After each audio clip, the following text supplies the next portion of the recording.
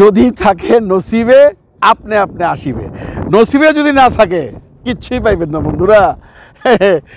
আমি কেন এই কথাগুলো বলতেছি জানেন? অনেক দুঃখে ভাই, অনেক দুঃখে। ঢাকা শহরে রাজকুমার চলতেছে, পুরা বাংলাদেশের রাজকুমারের জোয়ার বসে গেছে, আমি পড়ে রয়েছি হেঁটে। খালি দেখতেছি মানুষের ইন্টারভিউ, দেখতেছি মানুষের রিভিউ, নিজে একটাও দিতে পারতেছি না। সিনেমা না দেখতে কি রিভিউ দেওয়া যায়? দেওয়া যায় না। তাহলে মানুষের চাওয়াবাজ করবো, তাই না? মনটা খুব খারাপ আজ কদিন যাবৎ। খুব চেষ্টা করতেছিলাম দেশে যাওয়ার জন্য, যে এই ঈদটাও করলাম এবং এই ছবি টবি রিলিজ হবে, রাজকুমার রিলিজ হবে, দেখবো, অনেকের সাথে মিশবো, রাজকুমার নিয়ে ব্লগ বানাবো। হইল না, আমার নসিবে নাই। ওই যে বললাম না, যদি থাকে নসিবে আপনি আপনি আসবে, নসিবে না থাকলে হবে না। দেখেন, প্রথম আমি আজকে 4-5 দিন আগে যখন প্রথম ডিসিশন নিলাম দেশে যাবো, ফ্যামিলি নিয়ে বললাম, ফ্যামিলি রাজি না, বলে কি 2 দিন পর দেশে, সেদিন নাইলা দেশ থেকে আবার দেশে যাবা। আমি বললাম কাল একটু ব্লগ টক বানান যাবো, শাকিব খানের ছবি রিলিজ দিতেছে, বুঝো না, বন্ধু বান্ধব চাইতেছে আমি যাই, আমার ইউটিউবাররাও চাইতেছে, আমার ব্লগাররাও চাইতেছে, আমার বন্ধু বান্ধব চাইতেছে, আমার যারা আমার কি বলে ফলোয়ার আছে তারাও চাইতেছে। না না, আমার দেশে যাওয়ার দরকার নেই। খুব মন খারাপ। 2 দিন রাগ করে, অবশ্য রাগ করে ঠিক না, অ্যাকচুয়ালি 2 দিন ভাত মতো খাইনি ঠিক মতো। এটা শেষ পর্যন্ত আমার ফ্যামিলি চিন্তা করলো, চিন্তা করে বসলো, আবার বসলো, বললো যে ঠিক আছে, এখন তুই টিকিট পাইবা না, এখন তো প্রচণ্ড চাপ টিকিটের, একে ঈদ, তারপর সামার পড়ে গেছে। আমি বললাম ঠিক আছে, টিকিট না পাইলে গেলাম না, তোমরা আগে অনুমতি দাও। তখন আমার ছেলে বললো যে ঠিক আছে তুমি যাইবা, তোমার তো একটা ডাক্তারের ডেট আছে, যেটা ওর্স কন্ট্রোল বলে আর কি এখানে, মানে ইয়ারলি কন্ট্রোল, প্রতি ইয়ারেই আপনাকে কন্ট্রোল করবে। মানে এটা এখানকার জন্য সবার জন্যই প্রযোজ্য, মানে কিডনি, লাঞ্চ, হার্ট, ব্রেন যা আছে সব মানে পুরা কন্ট্রোল করবে। এটা বছরে একবার সবারই করে। আমার ডেট পড়ছে 22 তারিখে, তার মানে সামনে আর কি, ঠিক আছে। তা আমি গেলে তো 7 দিনের জন্য যাওয়া সম্ভব না বন্ধু, প্রায় 1,40,000 টাকা টিকিটের দাম। 7 দিনের জন্য যাওয়া যায়, মিনিমাম 1 মাস থাকতে হবে। তো ফ্যামিলি থেকে অনুমতি দিল, ঠিক আছে তুমি ডাক্তারের সাথে কথা বলো, যদি এটা চেঞ্জ করতে পারো তাহলে যাই হোক। তো সে আর খুশি হয়ে গেলাম, খুশি হয়ে তোমার ডাক্তারের সাথে অ্যাপয়েন্টমেন্ট করলাম। ডাক্তারের অ্যাপয়েন্টমেন্টটা তো খুব একটা পাওয়া যায় না, কারণ ইমার্জেন্সি কোনো ব্যাপার না, আমি তার সাথে খাজুইরা লাভ করুম, তার কাছে পারমিশন নেব।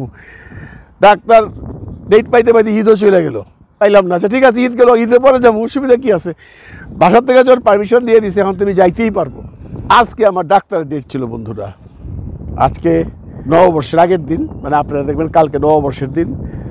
ডাক্তারের সাথে দেখা করলাম, ডাক্তারে বললাম যে আমার তো দেশে যেতে হবে, আমার তো ইয়ারলি কন্ট্রোল আছে 22 তারিখে, আমি যে এর আগে আসতে পারবো না, আমার ডাক্তার আমার এইটা চেঞ্জ করে দাও। বলে হঠাৎ করে তুমি দেশে যাবে কেন, তুমি সেদিনে দেশে গেলা? এইটা বলে রাখি বন্ধুরা, আমার দেশে যাইতে হলে প্রতিবারই ডাক্তারের পারমিশন লাগে। আপনারা জানেন কিনা জানি না, আমার বেশ কয়েকটা মানে কমপ্লিকেটেড ডিজিজ আছে, যেমন ব্রেন স্ট্রোক হয়েছিল, আবার পেলভিস ভাঙ্গা ইত্যাদি ইত্যাদি। আমি বললাম যে ভাই আমার নানি মারা গেছে। তো ডাক্তার করলো কি, আমাদের কত টাকায় রইল, টাকায় কলমটা টেবিলের মধ্যে রেখে গেলো, তোর নানি বাইচা রইছে, তোর বয়সে তোর নানি বাইচা রইছে। আইলাম না, আমার না তো আমি কী করবো, কোনো যেগুলো কথা হইলো, নানি আসলে তো নানি বাচ্চা নেই, আমার নানি বাচ্চা থাকে নাকি, এটা তো নর্মাল ব্যাপার। আইলাম অ্যাকচুয়ালি নানি মানে কি, আমাদের এখানে নানি মানে আমরা নানি বলি, মানে ন্যানির থেকে এসে শব্দটা, মানে আমাকে ছোটোবেলায় যে দেখতো তার নানি মারা গেছে, তার মানে মাদার্সের মারা গেছে, মানে এইরকম করে ম্যানেজ করছি।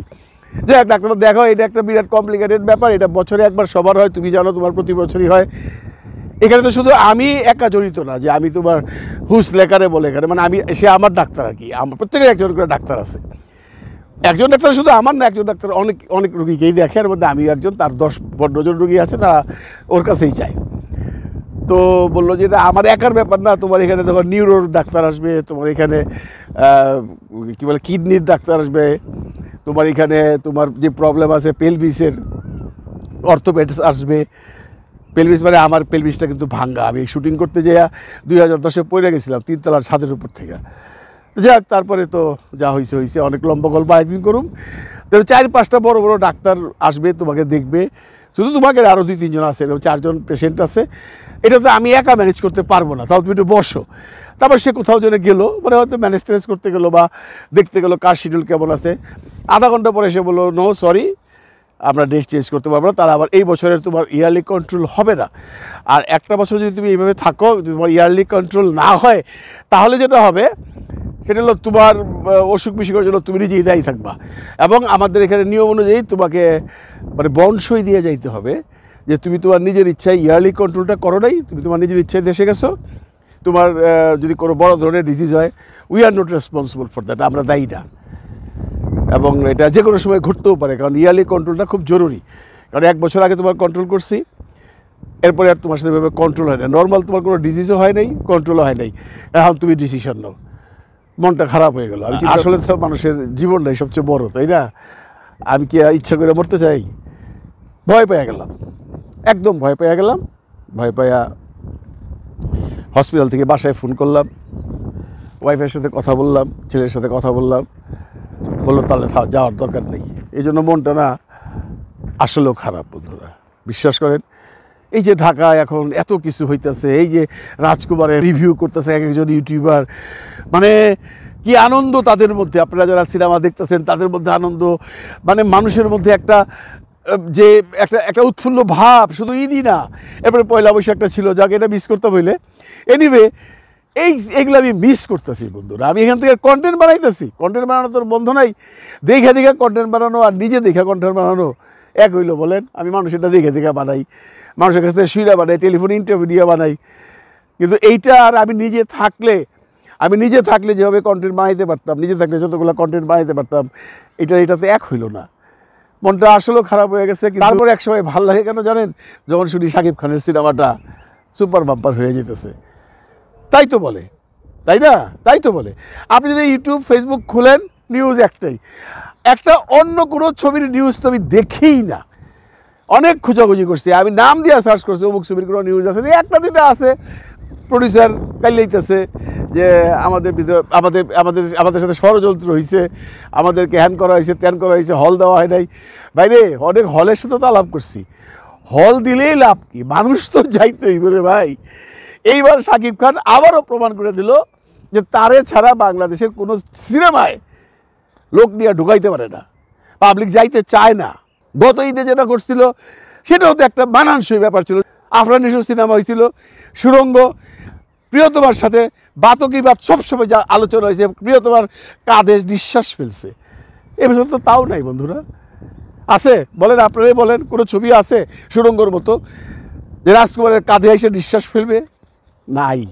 তো সাকিবিয়ানরাও খুব খুশি, এবং যারা সাকিবকে ভালোবাসে তারাও খুব খুশি, ইউটিউব কন্টেন্ট ক্রিয়েটাররাও খুব খুশি। কারণ তারা যদি সাকিবের ছবিটা ভালো না যাইতো তাহলে তারা কন্টেন্ট বানাইতে পারতো না, কন্টেন্ট না বানাইলে তারা ভিউ পাইতো না, ভিউ না পাইলে তো বুঝিনি কী হয়। তারাও খুশি। সাকিবের ছবি এই বিভিন্ন কারণে মানুষের দোয়াও একটা আছে রে ভাই।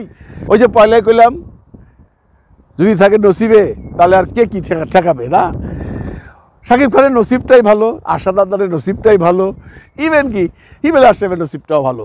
কারণ এই সমস্ত রিভিউ দিকে একটা জিনিস তো বুঝতেছি, ছবি ব্যবসা কী হবে সেটা পরের ব্যাপার, আরও কয়েকদিন পরে বোঝা যাবে। কিন্তু হিমেল আশরাফ অ্যাজ এ ডিরেক্টর স্বীকৃতি পাওয়া গেল। কালকে অনেক ভালো ভালো মানুষের সাথে কথা বললাম চলচ্চিত্রে, তারা সবাই বললো না, ওর প্রিয়তমায় যে লিকেজগুলো ছিল, যে ভুলগুলো ছিল, সেগুলো সে শুধরাইছে, সে ভালো ছবি বানাইছে। তো এই সমস্ত ঘটনা আমি শেয়ার করতে পারতেছি না ভাই। কান্দি না, মানে কলজাটা ফাইটা যেতেছে ভাই, বিশ্বাস করেন। এমন একটা সুন্দর সময় আমি ঢাকায় থাকতে পারলাম না। এবার সামনে আইতেছে আবার শিল্পী সমিতির ইলেকশন, ওই সময় থাকলে তো অনেক ব্লকটক করা যেত। যদিও কী বলেন, শিল্পী সমিতির ইলেকশনে তো কোনো আলোচনা নাই না, আর কিন্তু বেশি দিন নাই। দেখেন সাকিব খান রাজকুমার শিল্পী সমিতির ইলেকশনও ডুবাই দিছে। শিল্পী সমিতির ইলেকশনে তো প্রচুর আলোচনা হয়, আপনারা জানেন, গত বছর হয়েছে, এইবার কিন্তু কোনো আলোচনা নাই। শিল্পী সমিতি নিয়ে কেউ ইন্টারেস্টেড না, রাজকুমার নিয়ে ইন্টারেস্টেড। রাজকুমার এনজয় করেন ভাই। আপনারা নসিবওয়ালা লোক, আপনারা দেশে আছেন, রাজকুমারের সাথে আছেন, নসিব নিয়ে আসছেন। আমার নসিবে নাই, থাকতে পারলাম না, রাজকুমারের সাথেই থাকেন। ভালো থাকেন সবাই, ভালো রাখেন সবাইকে। খুদা হাফেজ।